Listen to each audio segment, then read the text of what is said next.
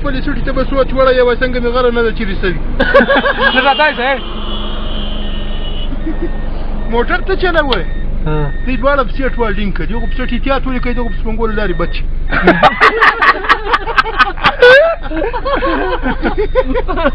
سترونه نیولي دیګ ته چې بله کونه ور واچي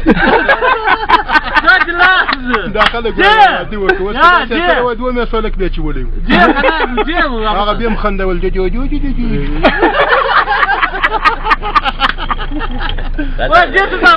وای مړ ورای بیا چې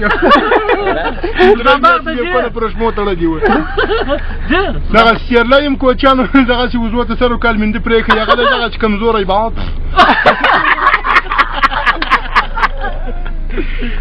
ښه شی یاسته سواړه سمبوړه که واټه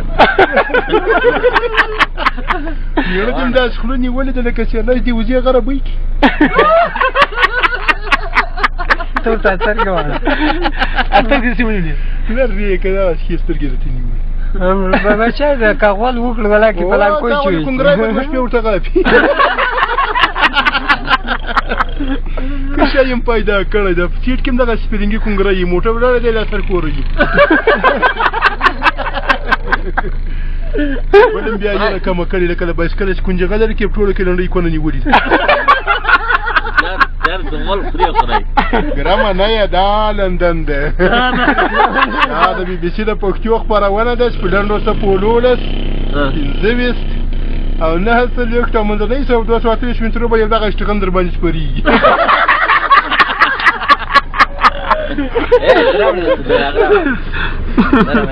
نه یې د اخیستو والبخیل یې چې لمونځ کوې شاته دې دغسې کمیس نیولی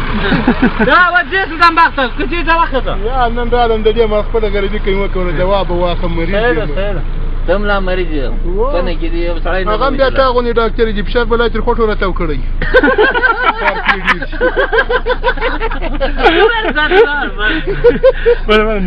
داسې واده دې کړی خدای دې ښه زمن جینې درکړه هغه ته به په بیلر ولاړ یې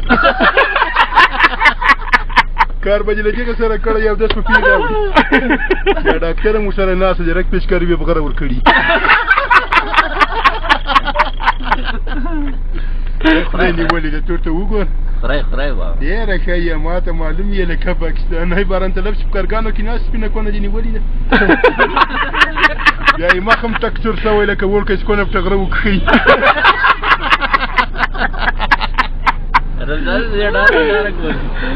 بل کالم دغه اشتغامه په اوښ کې لنګه وه اوښ پر تېره سپنګو ته پیاز نیولی وه کله راځي سلطان بخته سبا نه بله ورځ موږ راځو هلته صحیح ده جمع سپین ځم صحیح سبا نه بله ورځ هلته څه سبا که راغلم که بله ورځ راغلم بس صحیح ده له ده چې د اولاد نه کېږي ماویز کوي که چېرې دې ورته داسې مېړه دې کړی ده غریب ته ورته ګوره نیم کور پته شوی نیم راغلی ده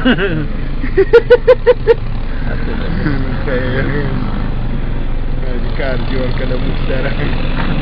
دا نو په یو فکر کې موږ خو ته بیا هم نازوو ته مو کوئ